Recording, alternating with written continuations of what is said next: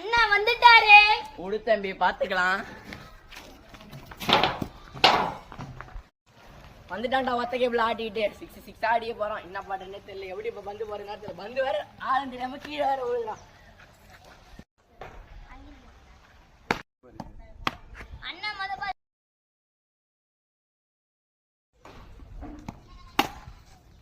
விட்டுருடா. அதே அவ்வளவுதான்.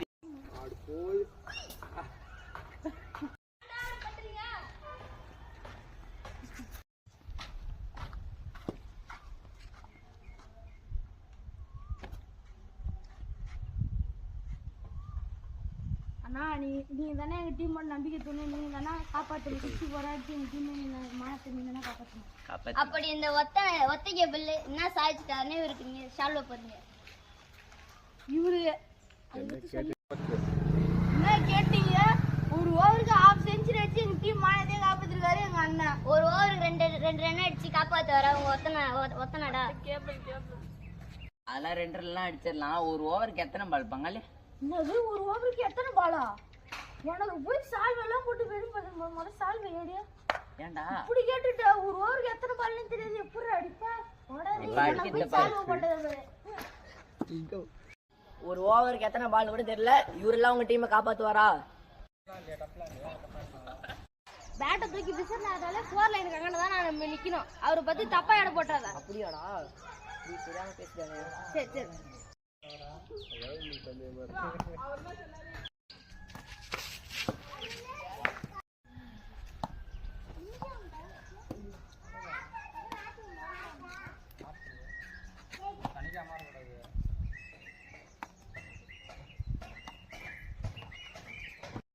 பங்கு இன்னும் 2 பாலுக்கு 2 ரன் அடிக்கணும். பங்கு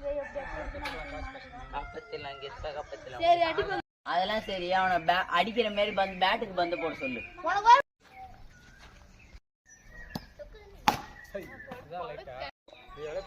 எப்படியாவது கேட்ச் பிடிச்சா பங்காளி. எப்படியாவது மாட்டுறதுக்கு நம்ம டீம் மாடுறதை காப்பாத்துறா. தலைவா அடிச்சாண்டா பால். இன்னைக்கு 6 தான்டா. ஜெயிச்சிட்டான்டா. புடிக்காதடா.